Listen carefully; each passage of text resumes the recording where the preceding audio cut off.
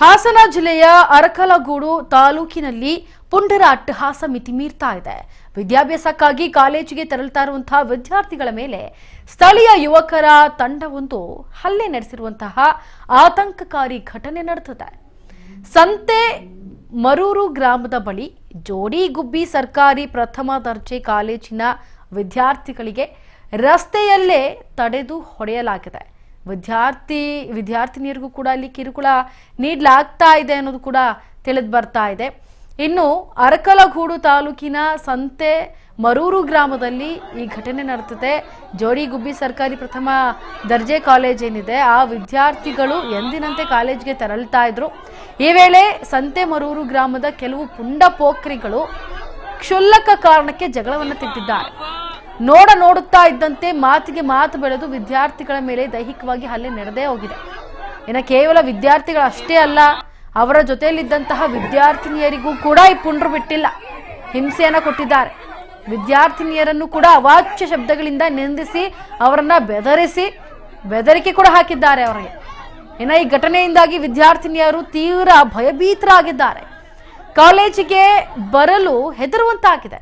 ಯಾಕಂದ್ರೆ ಹೆಣ್ಮಕ್ಳನ್ನ ಈಗಿನ ಜನರೇಷನ್ ಅಲ್ಲಿ ಕಾಲೇಜಿಗೆ ಕಳಿಸ್ತಾರೆ, ಸ್ಕೂಲಿಗೆ ಕಳಿಸ್ತಾರೆ ಅಂತಂದ್ರೆ ನಿಜಕ್ಕೂ ಅದು ಅಪ್ಪ ಅಮ್ಮ ಏನೋ ಒಂದು ಆ ಹೆಣ್ಮಕ್ಳ ಮೇಲೆ ಏನೋ ಒಂದು ಆಸೆಯನ್ನು ಇಟ್ಕೊಂಡು ಕಳಿಸಿರ್ತಾರೆ. ಆದರೆ ಈ ರೀತಿಯಾದಂತಹ ಸಿಚುವೇಶನ್ಗಳು ಅಥವಾ ಈ ರೀತಿಯಾದಂತಹ ಅಹಿತಕರ ಘಟನೆಗಳು ನಡೆದಾಗ ಇದನ್ನ ನೋಡ್ತಾ ಇರುವಂತಹ ಪೋಷಕರು ಏನು ಮಾಡ್ತಾರೆ, ಅಯ್ಯೋ ನಮ್ಮ ಮಕ್ಕಳನ್ನ ಹೇಗಪ್ಪ ಕಳಿಸೋದು, ಏನಿದೆ ಸೇಫ್ಟಿ ಅನ್ನೋದು ಗೊತ್ತಾಗುತ್ತೆ ಅನ್ನೋ ಒಂದು ತೊಂದರೆ ಕೂಡ ಅವ್ರಿಗೆ ಎದುರಾಗುತ್ತೆ. ಅಲ್ಲಿ ಹೆಣ್ಮಕ್ಳಿಗೆ ಏನಿದೆ ಸೇಫ್ಟಿ ಅನ್ನೋದು. ಇನ್ನು ಅಲ್ಲಿ ವಿದ್ಯಾರ್ಥಿನಿಯರು ಕೂಡ ಭಯಭೀತರಾಗಿದ್ದಾರೆ. ಕಾಲೇಜ್ ಹೇಗೆ ಹೋಗೋದು ಅವ್ರು? ಹಾಗಾದ್ರೆ ಹೆದರ್ತಾ ಇದ್ದಾರೆ ಅವರು ಕಾಲೇಜ್ಗೆ ಹೋಗೋದಕ್ಕೆ. ನಾವು ಓದೋದಕ್ಕೆ ಬರ್ತೇವೆ ಅಥವಾ ಇವರ ಕಾಟ ಸಹಿಸ್ಕೊಂಡು ಬರ್ತೇವೋ ಅಂತ ಅರ್ಥ ಆಗ್ತಿಲ್ಲ ಅಂತ ವಿದ್ಯಾರ್ಥಿನಿಯರು ಕಣ್ಣೀರು ಹಾಕ್ತಾ ಇದ್ದಾರೆ. ಈ ಕಡೆ ನಾವು ಓದ್ಬೇಕಾ, ಇಲ್ಲ ಇವರು ಇಂಥವ್ರ ಕಾಟಗಳನ್ನ ನಾವು ತಡ್ಕೋಬೇಕಾ, ಹೇಗೆ ಹೆಣ್ಮಕ್ಳು ಬದುಕೋದೇ ಇಲ್ಲಿ ತುಂಬಾ ಕಷ್ಟ ಆಗೋಗ್ಬಿಟ್ಟಿದೆ. ವಿದ್ಯಾರ್ಥಿನಿಯರು ಕಣ್ಣೀರು ಹಾಕ್ತಾ ಇದ್ದಾರೆ. ದಾರಿಯಲ್ಲಿ ಈ ರೀತಿ ಘಟನೆಗಳು ಪದೇ ಪದೇ ಮರುಕಳಿಸ್ತಾನೆ ಇರ್ತಾರೆ. ಈ ರೀತಿಯಾಗಿ ಒಂದು ವಿದ್ಯಾರ್ಥಿ ಕೂಡ ಈಗ ವಿದ್ಯಾರ್ಥಿನಿ ದೂರು ಕೊಟ್ಟಿದ್ದಾರೆ. ಹೀಗಾಗಿ ಅಲ್ಲೇ ಪಕ್ಕದಲ್ಲಿ ಹಲ್ಲೆ ನಡೆಸಿದ್ದಾರೆ. ಪುಂಡರು ಯುವಕರನ್ನ ತಕ್ಷಣವೇ ಬಂಧಿಸಬೇಕು ಅಂತ ಇದೀಗ ವಿದ್ಯಾರ್ಥಿಗಳು ಆಗ್ರಹಿಸ್ತಾ ಇದ್ದಾರೆ. ನೋಡಿ, ಆ ದೃಶ್ಯಾವಳಿಗಳಲ್ಲಿ ಗಮನಿಸಬಹುದು ನೀವು. ಯಾವ ರೀತಿಯಾಗಿ ಕ್ಷುಲ್ಲಕ ಕಾರಣಕ್ಕೆ ಏನೂ ಇಲ್ಲ, ಜರುಗಿ ಅಂದಿರ್ತಾರೆ, ಇಲ್ಲ ಜಾಗ ಬಿಡಿ ಅಂದಿರ್ತಾರೆ, ಒಂದು ಚೂರು ಬೇಸ್ ವಾಯ್ಸ್ ಬರಂಗಿಲ್ಲ, ಆಗ್ಲೇ ಇವರ ಹಾವಳಿಗಳು ಜಾಸ್ತಿ ಆಗೋಗುತ್ತೆ. ಇಂಥವ್ರಿಗೆಲ್ಲ ಯಾವ ರೀತಿಯಾಗಿ ಕಟ್ಟುನಿಟ್ಟು ಕ್ರಮವನ್ನ ತೆಗೆದುಕೊಳ್ಬೇಕು ಅನ್ನೋದು ಕಾನೂನಿಗೆ ಬಿಟ್ಟಿದ್ದು. ಕ್ಷುಲ್ಲಕ ಕಾರಣಕ್ಕೆ ಅದು ಬಸ್ನಲ್ಲೇ ಜಗಳವನ್ನ ತೆಗೆದಿರೋದು ನೋಡಿ, ಹೊಡೆದಾಡ್ತಾ ಇರೋದು ನೋಡಿ. ಅವರು ಕಾಲೇಜ್ಗೆ ಹೋಗೋ ವಿದ್ಯಾರ್ಥಿನಿಯರು ಅಂತಾನೂ ನೋಡಿದೆ.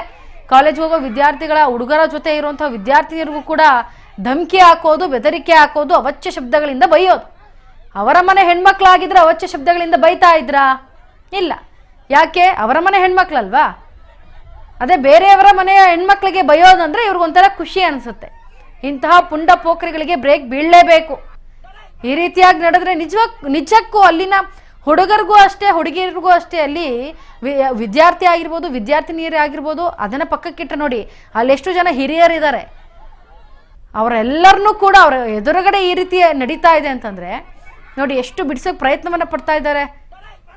ಅಲ್ಲಿನ ಕಂಡಕ್ಟರ್ ಆಗಿರ್ಬೋದು, ಬಸ್ ಡ್ರೈವರ್ಗಳಾಗಿರ್ಬೋದು, ಅಲ್ಲಿನ ಜನರಾಗಿರ್ಬೋದು ಬಿಡಿಸೋದಕ್ಕೆ ಟ್ರೈ ಮಾಡ್ತಾ ಇದ್ದಾರೆ. ಆದರೂ ಇಲ್ಲ, ಮಿತಿ ಮೀರ್ತಾ ಇದೆ ಈ ಗಲಾಟೆಗಳು. ಈ ರೀತಿ ಗಲಾಟೆಗಳನ್ನ ನಡೆಸ್ತಾ ಇರೋದಕ್ಕೇನೆ ಸಮಾಜದಲ್ಲಿ ಹೆಣ್ಮಕ್ಳಿಗಾಗ್ಲಿ ಗಂಡು ಮಕ್ಳಿಗಾಗ್ಲಿ ಗೌರವ ಸಿಗ್ತಾ ಇದೆ. ಇದ್ರ ಬಗ್ಗೆ ಆಕ್ಷನ್ ಏನಿದೆ ಅದನ್ನ ತಗೊಳ್ಬೇಕು.